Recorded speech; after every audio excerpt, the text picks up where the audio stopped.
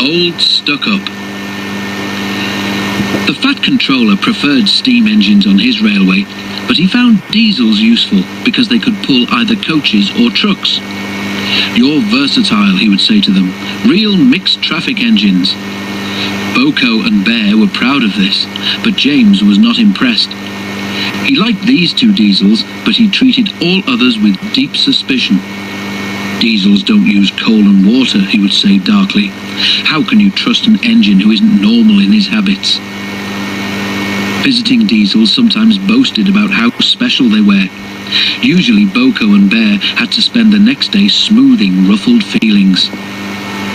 One day, a particularly haughty diesel came from the other railway. When the visitor found that he was to share the shed with steam engines, he stopped outside in disgust and refused to go any further. "Why on earth does your controller keep such out-of-date objects?" he growled rudely. "Dirty, smoky, slow things. Ugh!" He shuddered delicately. "On our railway," the diesel continued loftily, "steam engines are kept strictly in their place and not allowed on the main line without special permission." Boko, who was showing the diesel round, lost patience. "Stay outside then if you're so proud about it," he said crossly. "I'm going to join my friends." "I hope it's cold tonight and he can't start in the morning," snorted James. "At least someone might want to preserve us." "Who'd need him? Old Stuck-Up." The engines were glad when morning came. They went to fetch their trains as early as they could, and the visitor was left alone. "That's better," he purred to himself. "How can an engine rest in all that hissing and clanking?"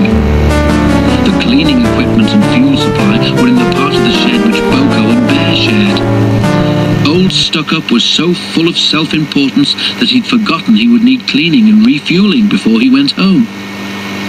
It was getting late when he remembered.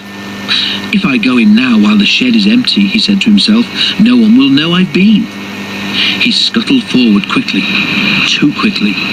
The rails where Bear and Boko had stood were oily, and when he tried to stop, he couldn't.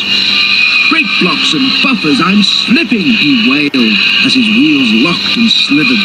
He shut his eyes as, with a despairing whoop of horror, he crashed into the wall at the end of the shed.